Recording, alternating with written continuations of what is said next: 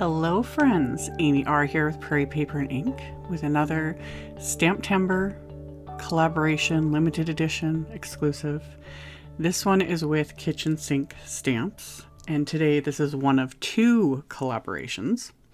So this one is the Ray of Sunshine set by Kitchen Sink Stamps, and if you're not familiar with them, they do all of these intricate layering sets that look so realistic, like fabulous. Last year, their STAMPtember set sold out in a heartbeat. It was nuts, and I didn't even get a chance to use it. Mine had arrived late, all the craziness last year. So this year I was so excited to get this one and to experiment. So I pulled out a bunch of my Gina K ink cubes. I purchased these forever ago.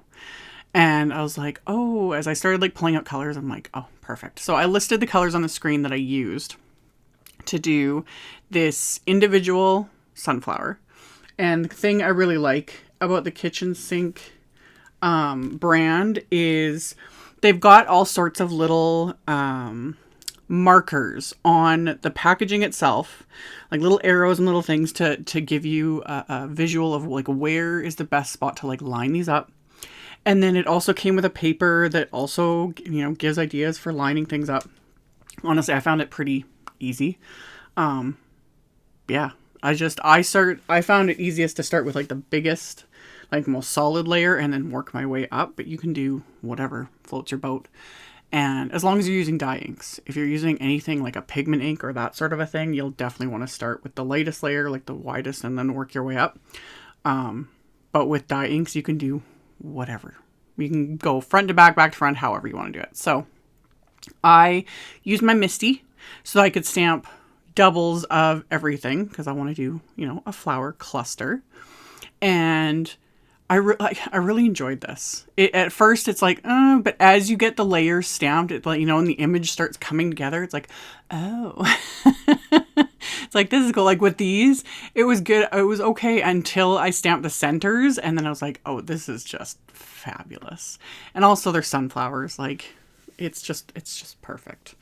I have a thing, for sunflowers, especially this time of year. They're just pretty. So this one has 3 layers for the flower and then 2 layers for the center. And like I said, there's just little parts of the stamps that just kind of line up the minute you start and you look down and you look at it and it's okay, everything just fit together.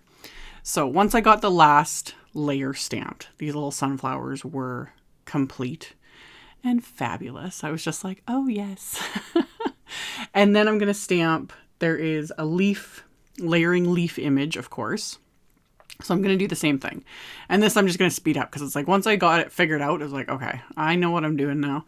So the leaves, same thing. This one has 3 layers. So the base and then some detail, and then that final little bit of detail that just brings it all together. And I just did the exact same thing. Inked up the base layer with my lightest color, and then the middle layer with my medium color, and then the most detailed layer with my darkest color. And then I also did everything twice. So I ended up with 4 leaves because I wanted extras to create my image. And I'm still not done with the set because this is a big, this is a huge 6x8 stamp set. So there's sunflower, the leaf, and then the big image with the butterfly and their sentiments and all the fun things. So I went along and got everything stamped. I did not have, there is a coordinating die set. You can get this set as just the stamps or the stamps with the dies while supplies last. I did not have the die set, so I did again fussy cut everything.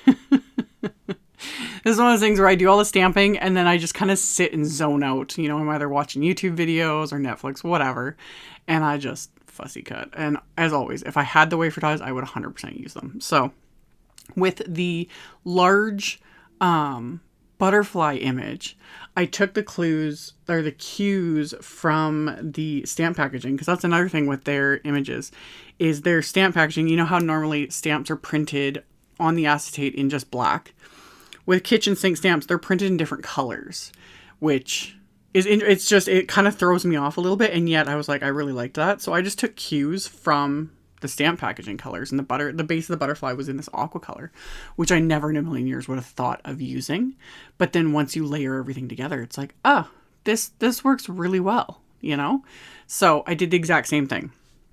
And this, just like the other ones, had little cues and little markers on the packaging to show where to line up. But again, it was so easy to line everything up.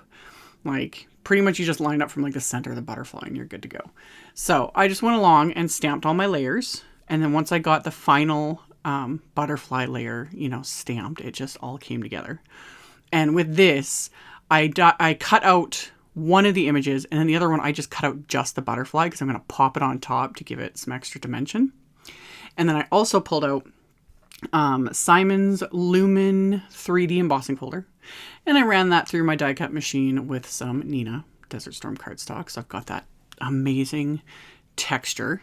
So after I had embossed it, I trimmed this down so it'll be slightly smaller than my A2 card front. So I trimmed off like 1/4 of an inch off each side, just so that the card base will like frame it all nicely. And then I also pulled out Simon's Bold Thanks wafer die, and I die cut some AUDREY blue cardstock with that because it went really nicely with the blue ink. So I die cut that 3 times, and I'm going to stack those layers together with some craft tacky glue just to give it that dimension that I must have when it comes to word die cuts. So I stacked those layers together, and then I also pulled out the thanks sentiment strips. I've used these in a bajillion videos. So I trimmed off one of the little sentiment strips to add to my card front. So I've got my flowers and leaves and sentiments and my 3D embossed background, all the fun things. So to adhere the butterfly to the background, I used little foam dots just on where the wings were, and then a bit of craft tacky glue just where the body is, so that when I pop this into place, I'm going to press down where the body is so that that gets adhered directly to it. But then the foam dots press up the wings, so it just gives it some dimension, just a little extra something. And then I'm going to adhere that to the background, and then I sped this up in editing, but I just sat and fiddled with how I kind of wanted to lay out this little flower cluster. Not my forte when it comes to arranging flowers, whether it be like on cards or in real life. Like arranging flowers, like how florists do their thing, like it's an art. I massively appreciate it because the few times, you know, I'll buy a cheapo Costco bouquet, that sort of a thing, and I go to arrange it at home and I'm like, this does not look near as nice as the ones you get when you go to an actual florist. And because I don't have an eye for it. But anyhow, I still enjoyed what I was doing. So I just kept fiddling and adhering. And once I was kind of happy with everything, I'm going to then tuck in my die cut sentiment. And then I ended up trimming down the little sentiment strip even more with my paper trimmer just to make it a little bit more narrow. And I'm going to pop that up with the little foam squares right below the main sentiment there. And then I put my card base back into my MISTI because I wanted to stamp that sunflower again, layer it all up. I thought that would just look kind of nice to just finish off the inside of the card. So I used the exact same colors as I used on the ones on the front. So just worked my way up from like what I just call it the base, and then like the medium layer, middle layer, and then the darker layer. And then I wasn't paying attention and I stamped the like final part of the center before I stamped the wider part. I don't know how you would call it. Basically, they have it labeled. I stamped 5A before I stamped 4A. But it doesn't matter because I went back in, stamped the 5A with my darkest brown, and then put the 4A right on top of it and stamped that with the lighter brown. And it's fine. Like that's what I mean, where you can do whatever. Whatever way that the layering works best for you, just works. So, and if I can do it, anybody can do it. And like I said in the Altenew STAMPtember video, because they're set with a layering set as well. Now that I'm getting into these, I'm like, oh dear. Like, I can understand why they're so much fun and like, they're like addictive. Because they're just, yeah, if you're not into coloring or you don't enjoy coloring, layering stamps might be where it's at for you, because they're fun and they look like they took a lot of effort, but you're just stamping. I love it. So I finished off the inside with sentiments from that set. And then I'm going to adhere my card front to my card base with some craft tacky glue. And then of course I'm going to add some bling. I did debate adding splatter. It would look cute with splatter too, but I'm running out of hours in my day. So I just pulled out some Studio Katia Ocean Wave crystals because they went perfectly with that sort of blue aqua color. And I'm just going to adhere those into place with dabs of craft tacky glue. And then once those are adhered, this card is complete. So as always, I will have a link below the video to my blog post. I will link to this stamp set and the combo set with the wafer dies. Like all of the STAMPtember limited edition collaboration sets, these are one and done. When they sell out, they're gone. All these brands though have so many sets to offer, different products, all the things. You know, Kitchen Sink has tons of layering sets, etc. There's going to just be tons of inspiration all across the board for all the things. So check it out below if you are interested.